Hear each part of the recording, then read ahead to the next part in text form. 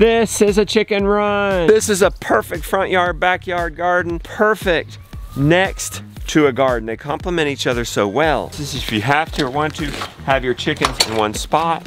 You have a permanent fence. In this case, we've done a beautiful cedar frame. We've encapsulated cattle panel, then we put poultry wire over it so they couldn't jump out. And at the bottom, to hold in the deep bedding, we have, I don't know, a 1 by 12 it looks like. Shut that door before the chickens get out. Right here, we've added the fresh bedding. This is wood chips. You could do wood shavings, grass clippings, leaves, coconut coir, whatever. Then, the chickens eventually, well, you see, we've dumped it over there. They've spread it out, but eventually underneath this stuff, I'm gonna show you right here because it's pretty shallow. Look at this. Okay, this is why you do the deep bedding. This is the bonus. This is pure, amazing compost, and you, look, this is how the chickens feed the garden. You take your compost and give it to your gardens. The second reason, and it's good enough if it's the only reason, is this right here. This, sitting on this wood chips, is holy chicken squat. What I see a lot of people do is have chickens on a run and there's no deep bedding and it looks something like this. It's just ground. The problem with that is it's nasty. Chickens are walking in their own manure and that becomes evil chicken poo. It's the same thing. Is it going to be evil or is it going to be holy? You make the choice, and all it takes is deep bedding. That's it. It's that simple. It captures that and it absorbs it. It's like Joel Salatin calls it the carbonaceous diaper. It's like a diaper. And then you get the bonus of the compost. Even inside the run, we don't have a permanent coop. I hate to clean out manure, ever. And I like to spread the holy squat. So every day they poop half their manure load at night. This is the beautiful, pretty shawl, she-shawl, whatever you want to call it. All my mobile coops have a 1-inch mesh on the bottom and perches, and you can see, save a little bit of hay collected there and did capture some manure. Most of the manure falls through. It takes that manure, which is a nitrogen, to mix with this carbon, and then the chicken stirring it, which is air, and then some rain, which is water. Those 4 ingredients make compost. Now, let's spread the manure love. That's it. We just moved the coop 1 length. And look at all that manure love. And it's not evil. The chickens will have that covered today, and that will be turning into compost. As for this coop, it's basically a 4 by 4. It is a little extra. My chickshaws are more practical. This is based on the chickshaw build, but this is more beautiful. Maybe you're in an HOA, maybe you just want a beautiful front yard. This is how we go. We got chrome wheels on it, that's how we moved. They're in the center, so all the weight is there. We have this beautiful white and black scheme that matches the egg crates. Great for 6 birds, 12 birds, up to 24 birds. In this run, guys, you can have as many as 1 chicken per 3 square foot. So this is a very generous run for, I don't know, I have about a dozen in here right now. Automatic feeder, just for ease. We've got a lot of other things going on. You could also cast the food and it would encourage tealing and encourage them breaking down this bedding. You can have chicks in here, no worries. You don't have to worry about them getting out. You can count on anywhere between 3 to 5, sometimes 6 eggs a week from 1 hen. This is the chicken tractor. Goes great on my do-it-yourself raised beds. That's a winter cover crop. That's the chickens tilling it in. I've got it on top of an upside down feed pan and it keeps it somewhat off the ground. What do you think, guys? You have murdered this cover crop. Got a door for access, but also you could have 12 chickens in this. If it's just their hotel and you let them out during the day, you could get a Premier One Nat, move it around your yard, let them out. What's the hold up, my man? Hard part isn't the chickens. The hard part's motivating these kids day after day. That's all there is to this. It's like 40 inches, 2 feet tall, 8 feet long.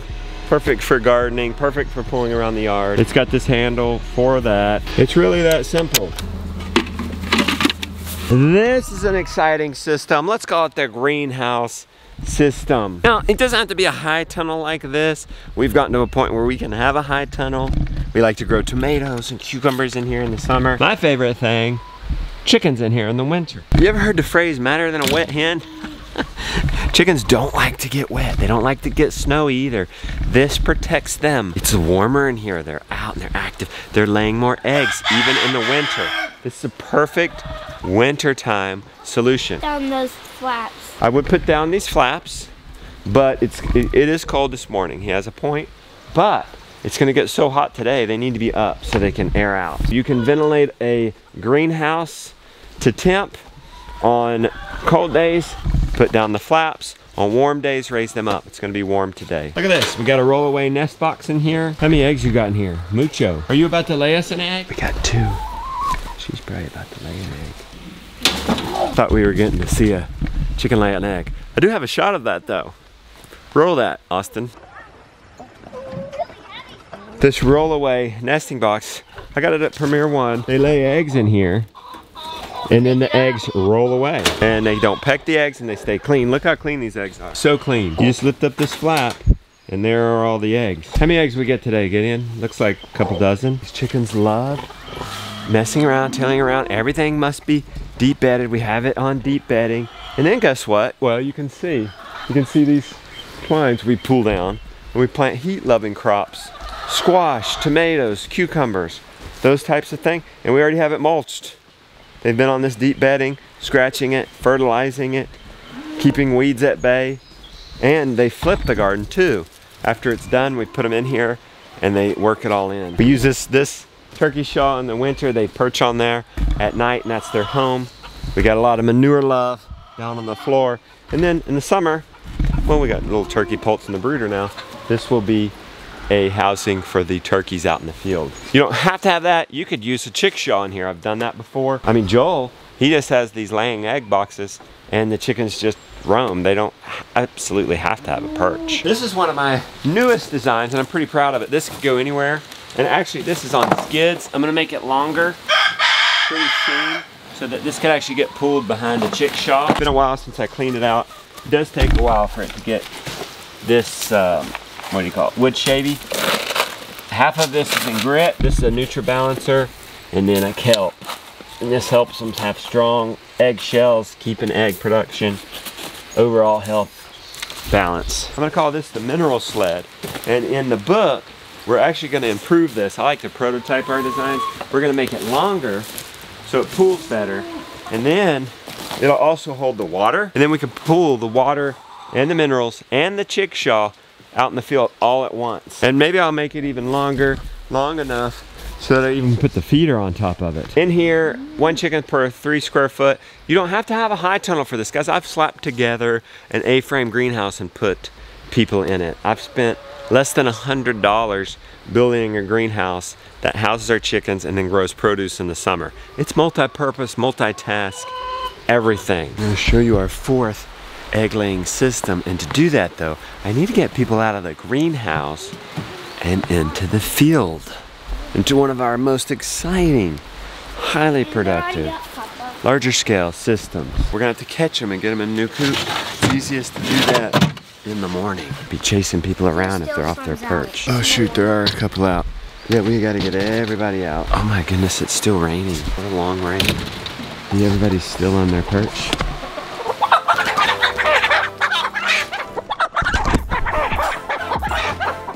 If we don't get these chickens out of here, it is going to get hot. What? Okay, herd them back in and then we'll shut that gate. We're catching these other ones. I have these handy dandy metal, I don't know what they were. We found them in a dumpster once. They've come in very useful. And we'll need our Chickshaw Mini-Me. I'll give you guys a tour of that in a minute when it's lighter.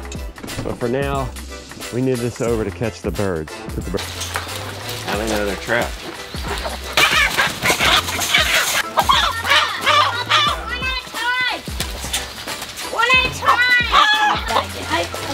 This is why we wanted to catch everybody on a perch. It's hard to catch them.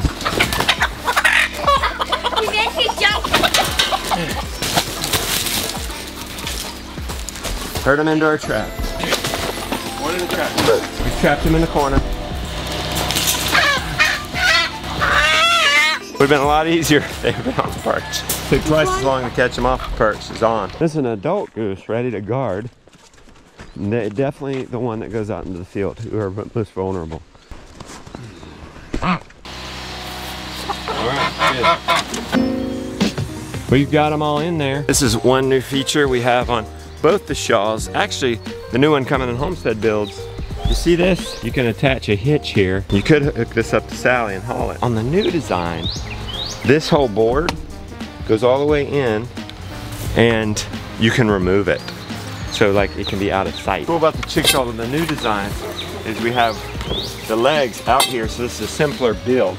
We have the 2x4, it's just one cut that is also the bottom of the coupe. And the legs are out here as opposed to here, and there's no diagonal handle, so it's much more simple. You can pull it or pull it with your side-by-side or mower.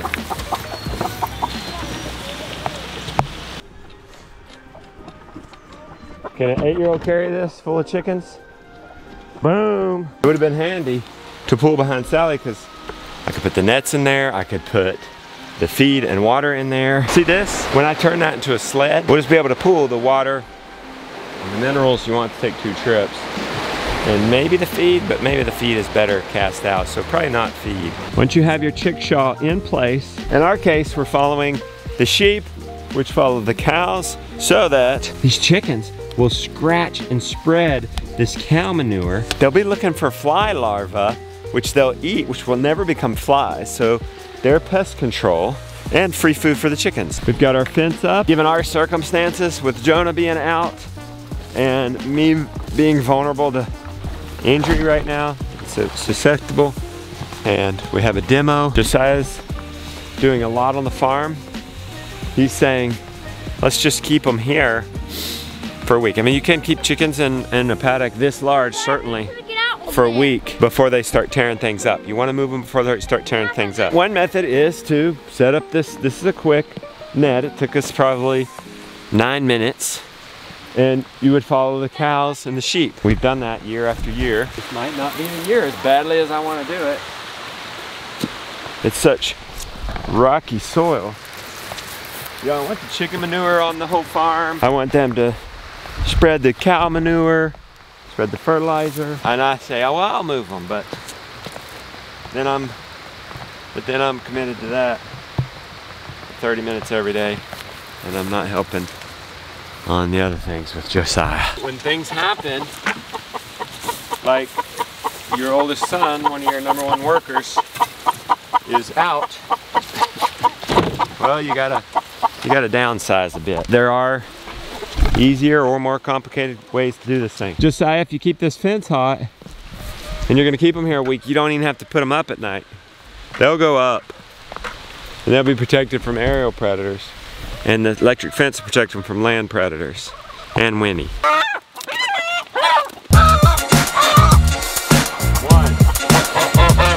17. And we missed the 1. Now, isn't that beautiful?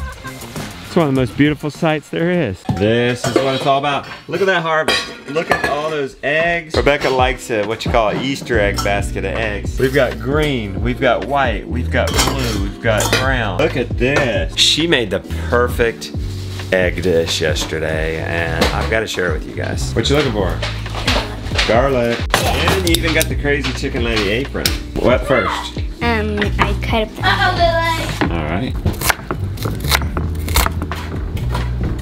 You know, one day you're going to be about that tall. Is that going to be weird? Yeah. 7 years of stool right now. How many eggs you going to do? A dozen. Ooh, onion eye. How many you want to count a goose egg as? Probably 2.5. Now what you doing? Cutting up the bacon. What next? As soon as the butter melts, I'm going to add the onions and bacon. Henry, you can come over here to help. Yeah. He loves to help in the kitchen. Can you let him stir the bacon? Stir in the butter, Henry. Onions first? I add the onions and the Same time, huh? bacon. Yep. Okay. While that fries, I'm going to chop up the pepper. You might have to take over filming. I've got to change Henry's diaper. Are we going to change it out here? Where do you want to change your diaper? Here, Josiah, you might have to take over. Now I'm adding the pepper to the onions and bacon. I'm back. He's back at it. Si, what was the last shot you got? We're adding peppers. Okay. Now what? I'm going to add the garlic. Ground up garlic. Hey! We're vlogging here. You put the garlic in, mixed it in. I mean, I'm telling you, this is so delicious. If I hadn't wrote my book, The Rooted Life yet, I would have included this. Yeah. It would have been called, what would we call this? Lily's Egg Special. Don't you get some cheese out? Yeah, but I get the cheese out after I add the eggs. Okay. I'll salt the eggs. Butter? Yep. That's the secret. I don't want it to be burnt. So I add lots and lots and lots of butter. And that's ready? It's ready like for a eggs? whole stick. Oh. Like a whole like this big. I love it. Now I'm going to add the eggs. Nice. When's the cheese come in? I stir it and then I get the cheese out. Oh, you add Mexican cheese. Now I add the cheese. It's almost the whole pot. You can even see out of the holes.